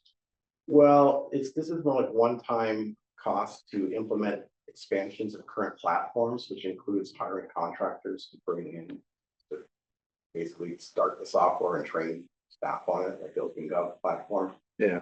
So it's not necessarily the ongoing service piece, it's the one-time startup. But you know, we've been taking $300,000 a year to give the schools for their IT budget. That's not necessarily, you know, the license for Google Classroom, but there is some software costs associated with it. It's actually not most of it's hardware. It's not even a classroom hardware, it's security hardware. Routers. That was my understanding. And we have a detailed itemized list that I think you'll all enjoy looking at, which I thought I'd bring you next time when we actually talk about it for the IT. I mean, it would be worth just looking at our written policy in this area to see what it says. I understand that, you know, maybe it's not clear. Maybe you want to set a new policy for software. It's just a slippery slope. Once you do it for one department, then all the departments are going to come back and say, well, I want this software covered, this software. You know what I'm saying? I mean, it just, I want to make sure that we're consistent. But I think if I can weigh in on that, the OpenGov software was, I think, 185,000 the first year, a little over 100,000. That's not feasible in a department budget. And then if we did that in a department budget to launch a program like that, then we'd be building that into the budget every year. So we build the annual cost once we do a software project like this big OpenGov platform. So it's buying the initial big project, and then our annual maintenance costs for that, I think, are between 55 and 80,000. That we built into the budget. But if we were, so maybe there's a policy around that could be added to the otherwise we capital would never budget. be able to launch. I'm just saying, maybe we can develop a policy to make it clear that there's a line where we cover this, but we don't cover that. Yeah, so we don't cover it. I don't know the details, Brent, but it's just something that I don't, and I haven't studied what's in the policy now, but you guys presumably know it. But because we got that question at town meeting last year about the IT budget, right, for the schools, the 300,000. Yeah, I mean, and so people may have differing desires and knowledge. And I'm one of those people who might want very detailed knowledge.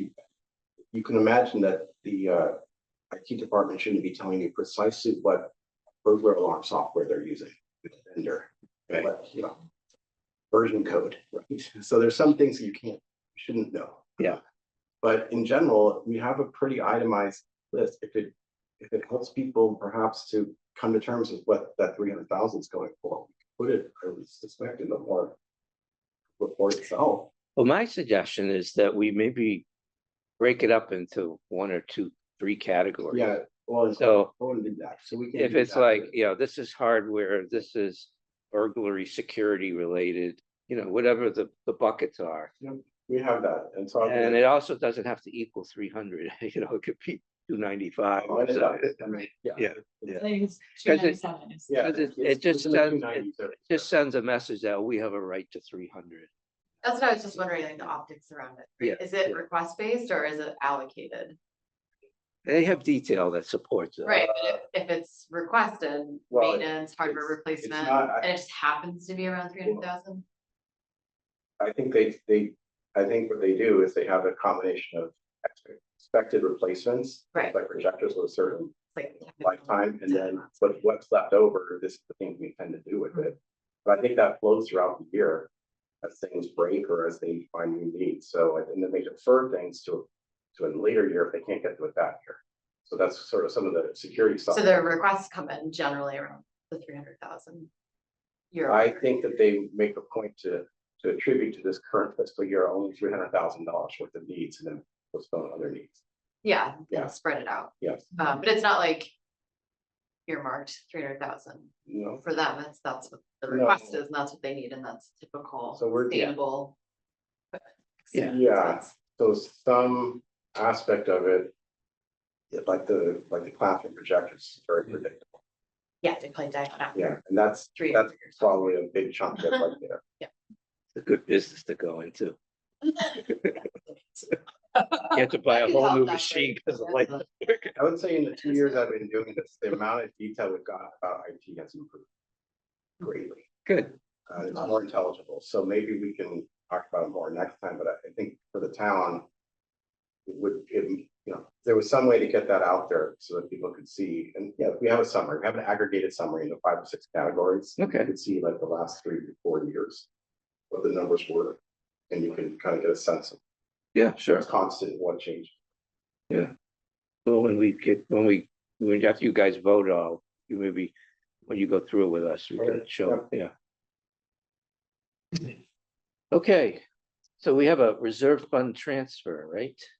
We do, which is not normal this time of year. So let me give you a little context to that. So you'll remember last year, we created for the very first time, a health department. And so we were able to create that health department by taking a lot of our contracted services. And we were able to shift that into our salary line item, and we were able to put in a new director of public health, a new health agent, and continue the public health nurse only on a part-time basis. And I was incredibly aggressive and thought I would have all of those people hired by July 1st. That's not happening. And I had to continue using Bridget Sweet, who was our Board of Health agent, until this fall, where we were able to hire a health director. Now, the good news is Steve Resch, who is the chair of the Board of Health, who's now our public health director, is also working as our Board of Health agent, and he's getting his certification to do that. But in order to make that happen and save us money in the long run, we've had to keep Bridget on to do trainings for Steve and also fill the gap when I didn't have anybody working in the health department. Municipal finance law says I cannot pay a contractor out of a salary line item. So I'm asking for this 5,000 to be paid for from the reserve fund. Now I have additional bills from her, but she has agreed to wait until March when I can transfer from that salary line item to my operating line item. So I only anticipate coming back. I won't come back for this. I will only as a appropriations transfer. But we didn't realize this was going to be a problem, and she had sent us this bill in July, and we realized we would have this kind of little aggressive snafu that I had thinking I got to pay on staff. I have the money, I just can't spend it. So okay. I'm just looking for a little gap to hold them over, and then we'll do the rest in March. But the rest in March is liabilities, really. We still owe that right now. I'll owe that, and I will be able to pay. I will transfer from the salary to operations. But Yeah, we owe that really. I owe that now. So, But I don't want to hit the reserve fund in October for the $30,000 that I'm gonna owe. So, well, this is the remaining reserve fund from this past year. no. No, this is the warrant committee. This is the warrant This committee. is the Yeah. current. 170 grand. Yeah. Hangover from last year. No, I wish. Yeah. It's Yeah. very rare we get a request in October. Yeah, this is, All right, now I get you. yeah. Right. So I have the money, I just can't actually spend it. I tried to convince her to be an employee So- with me for 6 months, but she wasn't buying it. Yeah, I mean, she's being cautious by sort of holding off some of Yeah, the, I'm gonna hold the rest of See it off till March. what other emergencies come up. Yeah, I don't wanna take all of it in October. Yeah, And I can't take it and then refund you in March, so it's just a little quirky municipal finance law. I think it's- 5,000.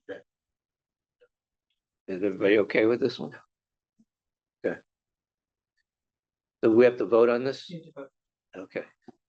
So it's 5,000 for 5,250 to the Sweet Consulting Group, for Board of Health Agent Services. Health Agent Services. 5,250. So there's a motion to approve a reserve fund transfer of 5,250 for the Board of Health Sweet Consultants, is that The Sweet Group. Sweet Group Consultants? So moved.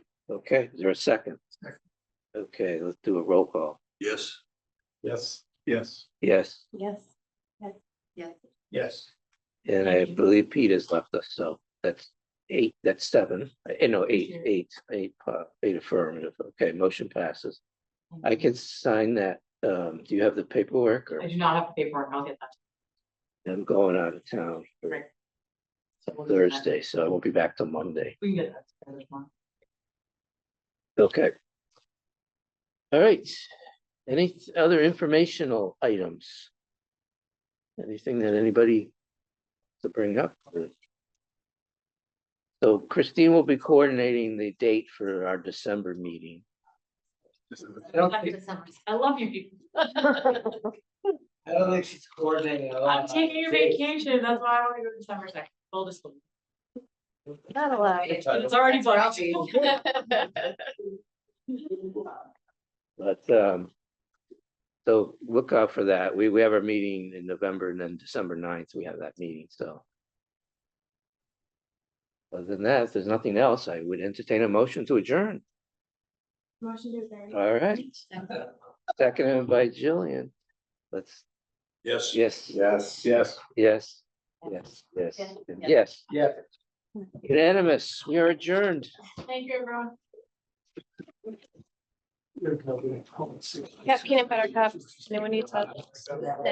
9 o'clock, okay, thank you. Oh,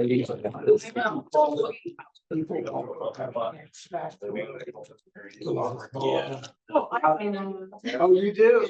We should have been. Yeah. Not very often. Very Very- often. That's what, you know, it's called. Kids, yes. They're Want one? Peanut butter. These are, God made peanut butter. actually brought them. Yeah, Thank you, Ash. Halloween. You know? Oh, I'm tired. I still don't know. Trying to stop drinking, but- If you could, like, overall, yeah. And you know, on a positive. Christine, how do you Oh, stop this? negative. Oh, back to Say, when I went to the. Recording. I forgot my job here. Oh, I